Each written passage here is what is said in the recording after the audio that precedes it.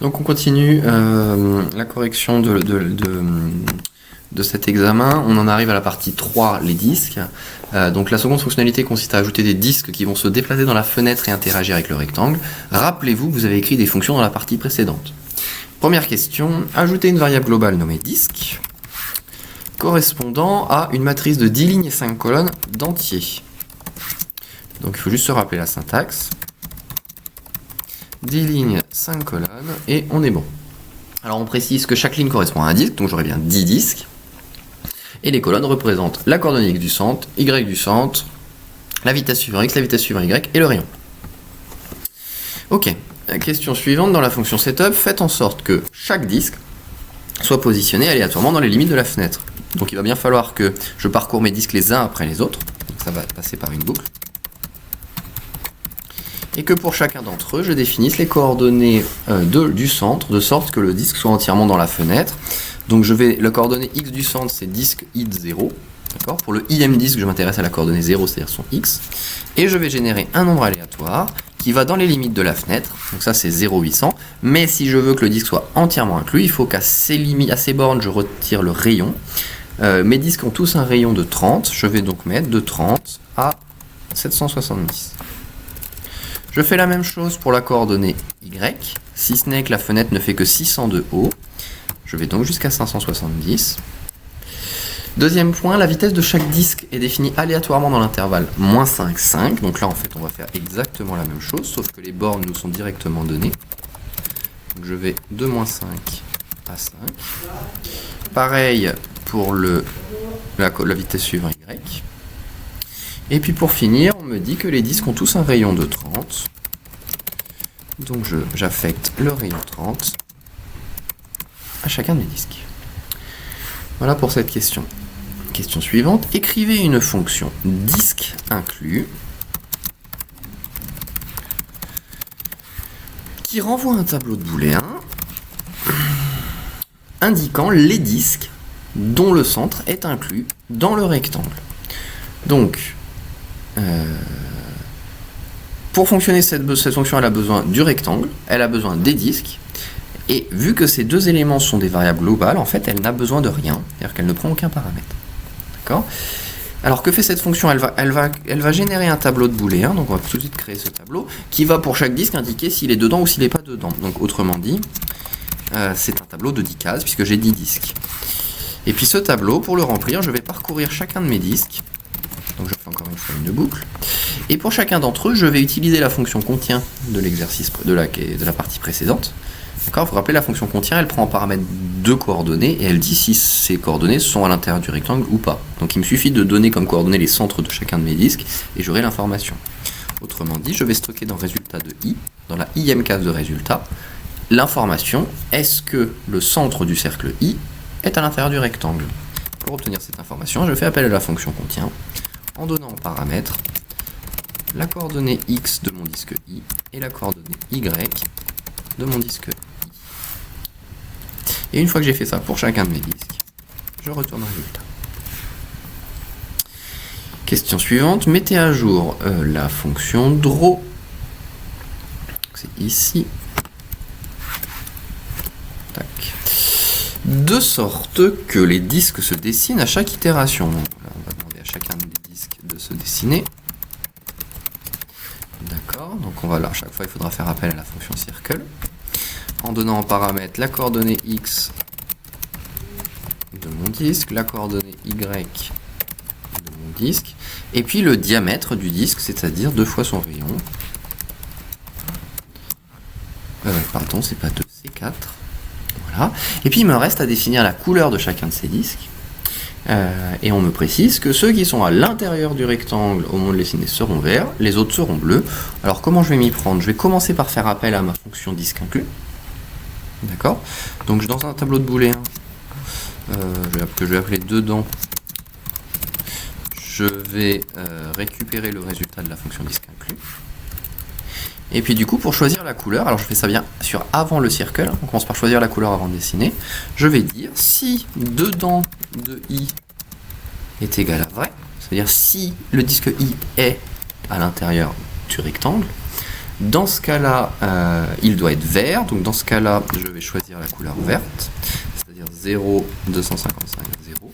Et puis sinon, je vais choisir la couleur bleue, c'est-à-dire 0,0,255. D'accord.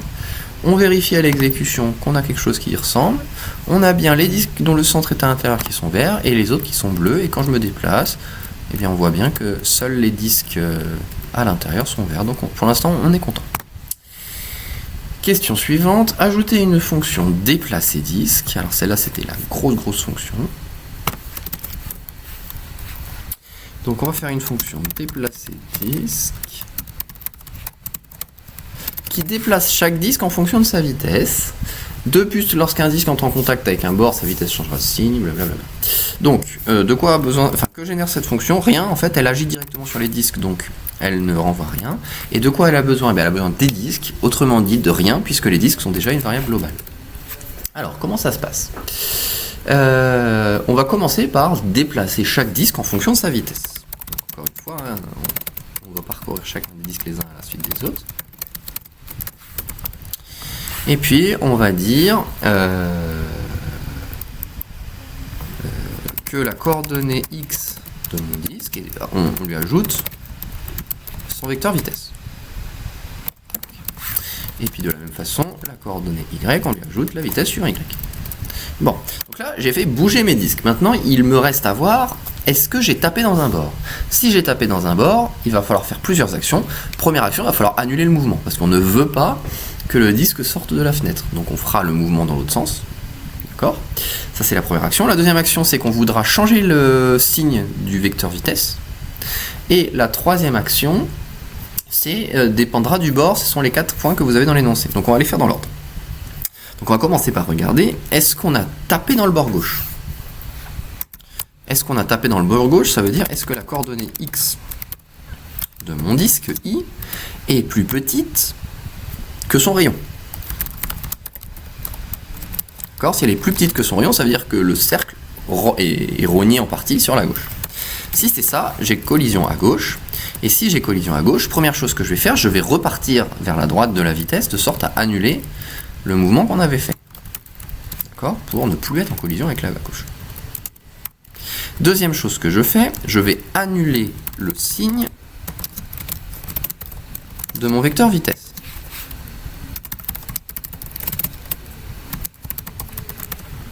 D'accord? Et troisième chose que je fais, je dois recentrer le rectangle. Bon, ça c'est facile, hein. Tout à l'heure j'avais fait une fonction centrée, je vais utiliser ma fonction. D'accord? Donc là j'ai mes 3 actions pour le bord gauche. Alors on va faire comme ça. On va maintenant faire le bord haut. Donc le bord haut c'est pratiquement la même chose, sauf qu'au lieu de faire au lieu de regarder disque 0, je vais regarder disque 1. D'accord? Et puis au lieu de lui appliquer la vitesse suivant de x, je vais lui appliquer la vitesse suivant y. Puis au lieu de modifier la vitesse suivant x, je vais modifier la vitesse suivant y. Et puis, ah mince, d'ailleurs pardon, ça c'est le bord haut. Tac. Et du coup le bord haut, on me dit la largeur et la hauteur du rectangle augmenteront de 20 pixels si c'est possible. Alors qu'est-ce que ça veut dire si c'est possible? Ben, ça veut dire si le rectangle reste dans les limites de la fenêtre. Donc, exactement de la même façon, je vais commencer par ajouter mes 20 pixels. Et ensuite, je regarderai, est-ce que je suis toujours dans la fenêtre ou pas? Si je suis toujours dans la fenêtre, pas de problème. Si je suis plus dans la fenêtre, j'annule le mouvement. Donc, allons-y. Largeur plus égale 20. Hauteur plus égale 20. Et puis maintenant, on va regarder, est-ce que largeur... Alors, est-ce que rec x plus largeur déborde de la fenêtre est plus grand ou égal à 800? Si c'est le cas, ou bien si rec y plus hauteur est plus grand ou égal à 600, dans ce cas c'est que je déborde. Donc si c'est le cas, j'annule mes mouvements. Donc je vais dire largeur moins égale 20 et hauteur moins égale 20. Tac. D'accord, donc j'en aurais juste annulé le mouvement que je viens de faire. Ok, et puis maintenant on va faire exactement la même chose mais pour les bords droit et bas. Donc le bord droit c'est quoi? C'est est-ce que la coordonnée x de mon disque est plus grande ou égale d'ailleurs j'ai oublié la... Attendez, oui, non, c'est ça. Attendez. Non, je me suis planté là, il manque le... Non, c'est bon, j'ai rien dit. Donc là est plus grande ou égale à 800 moins le rayon. Tac. D'accord. Si c'est le cas, bah toujours la même chose, je vais piquer ces deux lignes-là. J'annule le mouvement sur X. Et puis on me dit, si c'est le bord droit, alors le rayon de chaque disque devra diminuer de 10 sans devenir négatif ou nul. Donc pour chaque disque. Alors là, je fais bien gaffe, je peux plus utiliser la variable i. Pourquoi je peux plus utiliser la variable i? Parce que je suis déjà dans une boucle qui s'appelle i. Je vais utiliser j. D'accord. Et puis je vais dire le rayon de chaque disque j, je lui retire 10. Et toujours pareil, si le rayon est devenu négatif ou nul, j'annule le mouvement.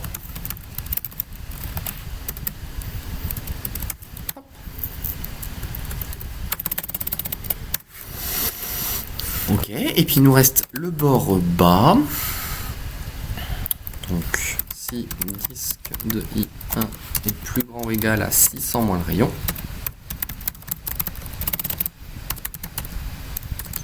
tac. Dans ce cas-là, toujours pareil. Je pique ça, sauf que c'est plus X qui bouge, c'est Y. Et puis on me dit, la largeur et la hauteur diminueront de 20 pixels si possible. Donc, on va appliquer la modification. Et puis ici, la largeur est plus petite ou égale à 0 et la hauteur, ou la hauteur est plus petite ou égale à 0. Et bien dans ce cas, j'annule le mouvement. Si mon rectangle n'est plus 1, j'annule le mouvement. Hop. Tout petit peu propre. Tac. Et puis on met un plus ici. Voilà. Et je pense qu'on a fini cette question. On va le vérifier tout de suite. Mettez à jour votre programme pour que les disques se déplacent à chaque itération. Donc dans le draw, je vais simplement faire appel à ma fonction déplacer disque. Tac. Puis on va voir ce que ça donne. Alors j'ai des disques qui bougent, ils changent bien de taille, le rectangle a l'air de grossir, diminuer, etc. Donc on a l'air plutôt pas mal. Pour l'instant on est bon, je pense. Ok. Ok. Mettez à jour votre programme pour que, lorsqu'un disque se trouve à l'intérieur du rectangle, son rayon augmente de 1 jusqu'à un rayon maximum de 10. Donc, on se met dans Draw. Et puis, on va savoir... Donc, vous voyez, regardez ici, on avait le dedans, là. On avait le dedans.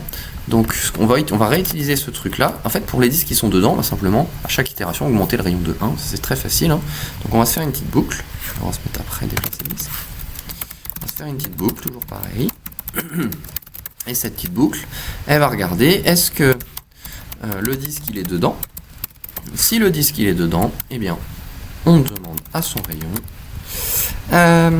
d'augmenter de 1.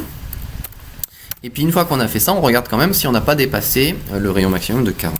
Donc si son rayon il a dépassé 40, tac, et bien en fait on annule le mouvement tout simplement.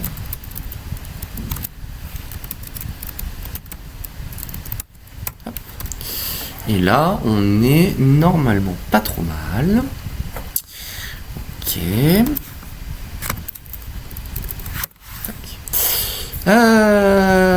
Ajouter une fonction distance qui retourne la distance. Hop.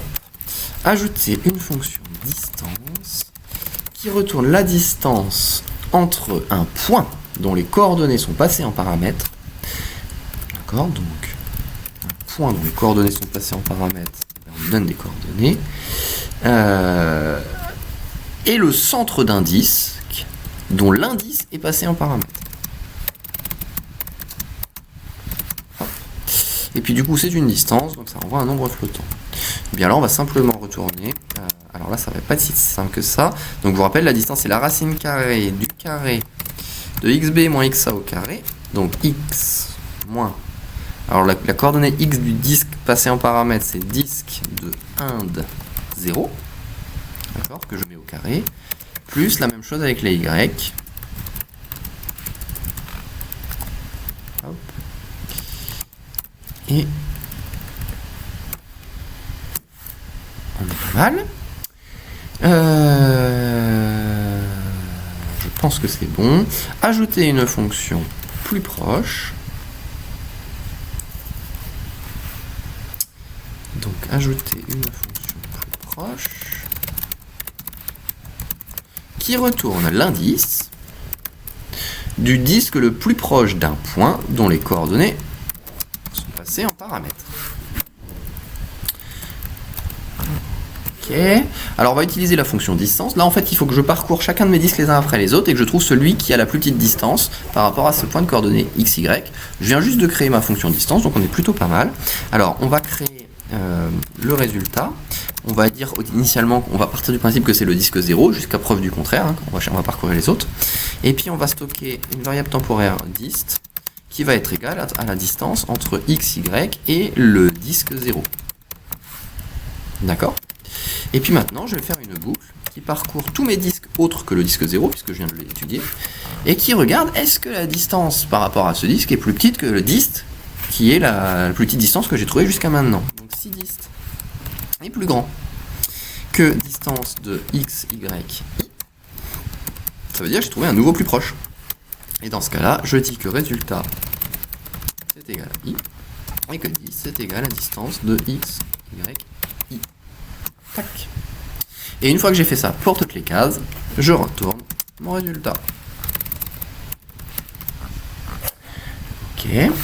Et puis dernière question de mon énoncé, mettez à jour la fonction draw. Donc on retourne dans la fonction draw. On est là. Mettez à jour la fonction draw pour qu'une ligne rouge soit tracée entre chaque coin du rectangle et le cercle le plus proche de chacun d'entre eux. Donc on va tracer une ligne entre le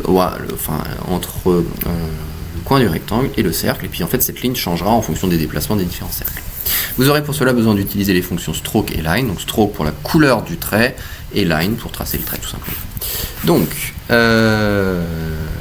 on va bien sûr utiliser la fonction qu'on vient de faire, la fonction plus proche.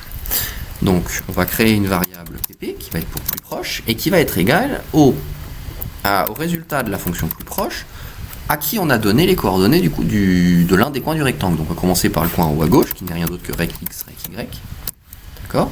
Puis une fois que j'ai fait ça, il me reste à tracer ma ligne entre rect x, rect y et puis ce disque de centre pp. Ok ? Donc on va choisir la couleur. La couleur, on a dit que c'était rouge. Tac. Et puis on va tracer notre ligne, donc entre rect x, rect y, et puis disque de pp de 0 et disque de pp de 1. D'accord ? pp c'est l'indice du disque qui est le plus proche de ce point-là, donc disque de pp c'est le disque en question. Une fois que j'ai fait ça, il me reste à le faire pour chacun des trois autres coins. Donc en fait je vais copier-coller, tac, ça c'est le coin 2, ça c'est le coin 3, ça c'est le coin 4.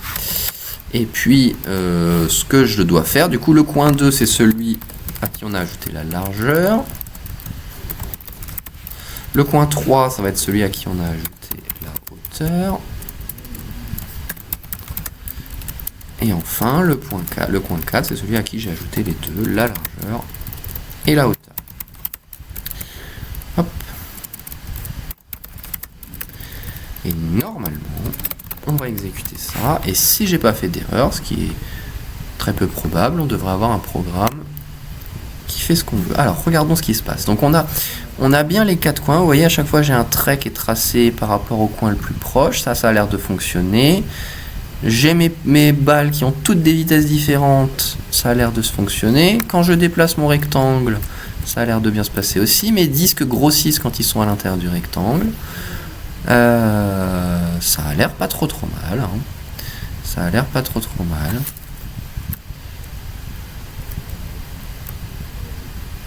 Je pense que là on est bon. Je vois pas d'erreur particulière par rapport à l'énoncé. Donc je pense qu'on a fini. Voilà.